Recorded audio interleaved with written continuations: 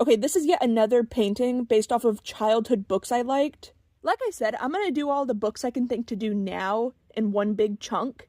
This particular painting is based off of the Hungry Caterpillar book, which you guessed it is a book about a hungry caterpillar. But of course I couldn't just do a normal caterpillar, so I made a caterpillar dragon with just the tiniest little butterfly wings already on it. I like to think that he was so hungry and enjoyed eating everything in sight so much as a caterpillar that when he cocooned into a butterfly, he decided to stay mostly a caterpillar focused on eating. I think I've seen somewhere before the story reimagined as a horror, where the caterpillar eats and gets bigger and still isn't satisfied, so eats more and more until there's nothing left and it destroyed and ate the entire world. I kind of like that horror spin on things like this.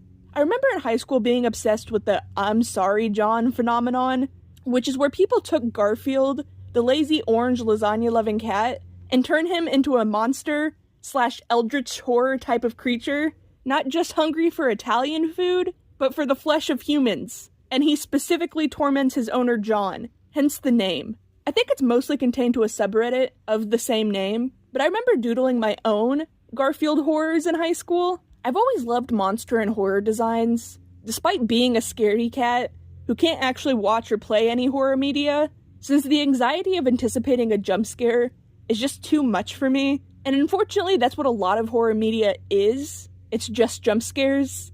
It's why I like quieter and more subtle horror that focuses more on style and story and ambiance, instead of just startling the viewer with a loud noise, which to me is the cheapest form of horror. I don't know how I started talking about horror movies so quick on my caterpillar painting, but it almost makes sense. I really do turn any creature or art into a monster if I'm given the opportunity, but as I said, it's something I've always done. That being said, caterpillars and by extension butterflies have their own dark sides. Some butterflies have been known to drink blood if given the chance, which in and of itself isn't as uncommon as you may think, as many traditional herbivore species, like deer or rabbits, will resort to meat eating if given the opportunity or if they're desperate enough, and it's actually a pretty good source of certain vitamins they usually otherwise wouldn't get. But butterflies don't just stop there.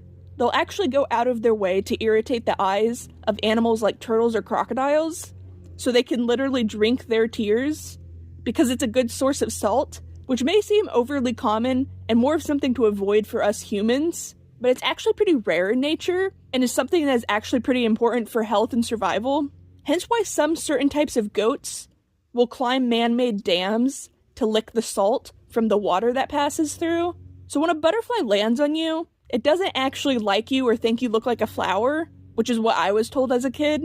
It's most likely licking up the salt from our sweat, which is a little more freaky, but at least will help them actually survive and make more butterflies, as they usually seek out those minerals to help with their egg laying and ensure they have enough nutrients to do that. And believe me, we want to help all of the butterflies and bees as much as possible, since they are extremely vital in plant reproduction, which I'm sure is something that everyone has heard at some point, that without pollinators like bees and butterflies, we wouldn't have half of the foods we do. But I don't think people realize the extent of it.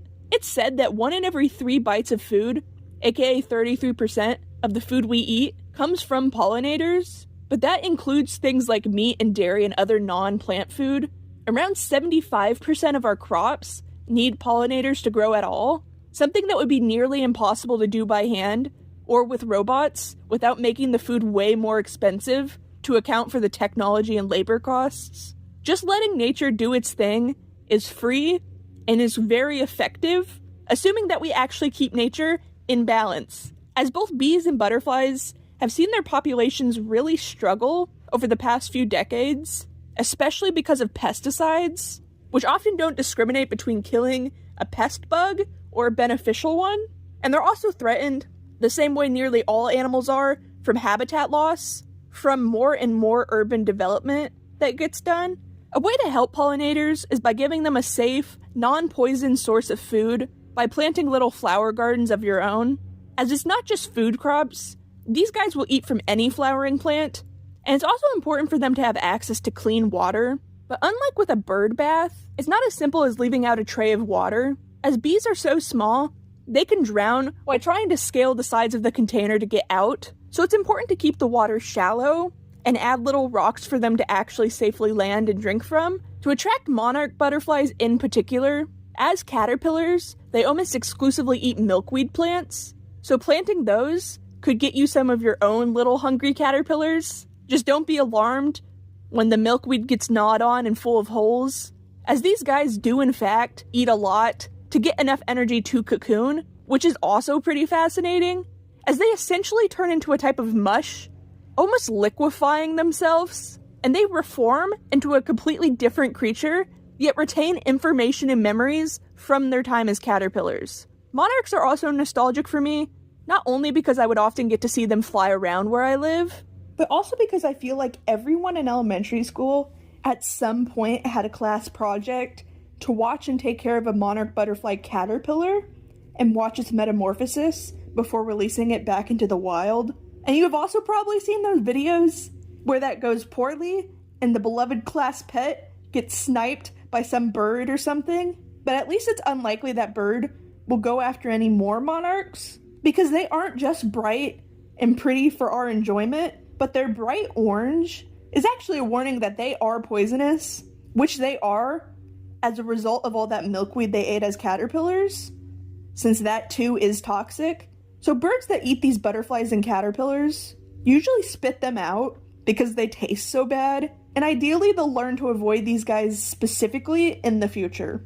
Another reason I like monarchs, and kind of even mimicked one here, is because they're one of the butterfly species with fake eyes on their wings, in an attempt to make them look and seem a lot bigger than they actually are. And in my painting, I turned those two circle spots into something more eye-shaped because I thought it made it look more mythical. But yeah, butterflies are very interesting little guys, and I'll always remember getting to see one go through its life cycle. They kept them in the library of my old small town school, probably so they compare it with the Hungry Caterpillar book, but it's been so long since then, I don't remember the exact itinerary of those days. But I do remember the awe of looking at the little cocoon that was once our class caterpillar and getting to see the little wet, crumply butterfly that finally came out of it, since they do need a little time to fluff up their wings. Also, fun fact, their wings have little micro scales on them. It's described as powdery to the touch, but you really should never actually touch a butterfly's wings, because those scales and the wings themselves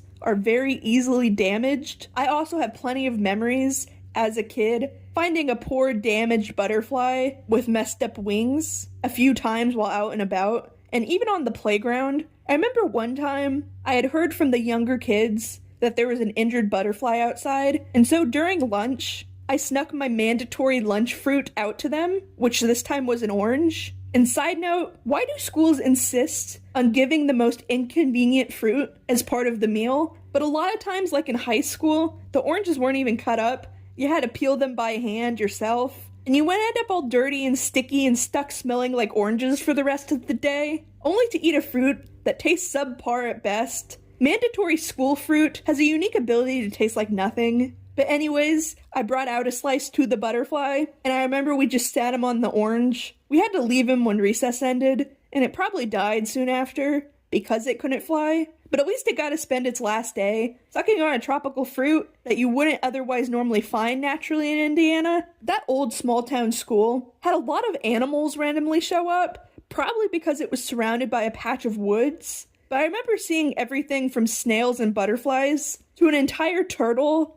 And once someone placed an actual cat skeleton on the playground, I remember being nervously shooed away from that area by the adults. The reason I said it was placed there was because it was practically bleached and picked clean. It did not just suddenly die. And that reminded me of a interesting childhood memory. I remember we also had a little sandbox on the playground, one with one of the metal dig toys that you would sit on, and I would poke around there a lot while looking for rocks, and I would find clay, aka a soft, stretchy material that I found in the sandbox. I remember people told me to not touch it, that it was gross and probably cat poop, but I was like, no, it's obviously clay. Clay is found in sand, and so it made sense to my dumb child brain, but looking back, there were so many stray and feral cats in that town, and it never occurred to me how the clay kept replenishing, and looking back, yeah, I was definitely playing with cat poop. So that's a horrific realization to look back on as an adult. But luckily the teachers always made us wash our hands when going back inside. That's probably how I never ended up actually getting sick from it. Anyways, where was I? Yeah, I definitely have a tendency to rant into subjects that have nothing to do with what I was talking about originally. I don't know why I feel the need to constantly explain myself doing that, other than it just feeling otherwise jarring to suddenly regroup and realize I have talked far beyond the topic I intended to, but again, at least it gives me something to talk about. And with this one, I'm finally done with the plan for the paintings I set out to do all the way back in November. And while I finished what I had planned, I have since changed those plans to cram even more onto my walls. I think once everything is all done, it's going to look great. The paintings definitely help add color, and I no longer feel like I'm trapped in a plain white sterile room anymore, so that's good. And I feel like I'm finally starting to adjust to living here.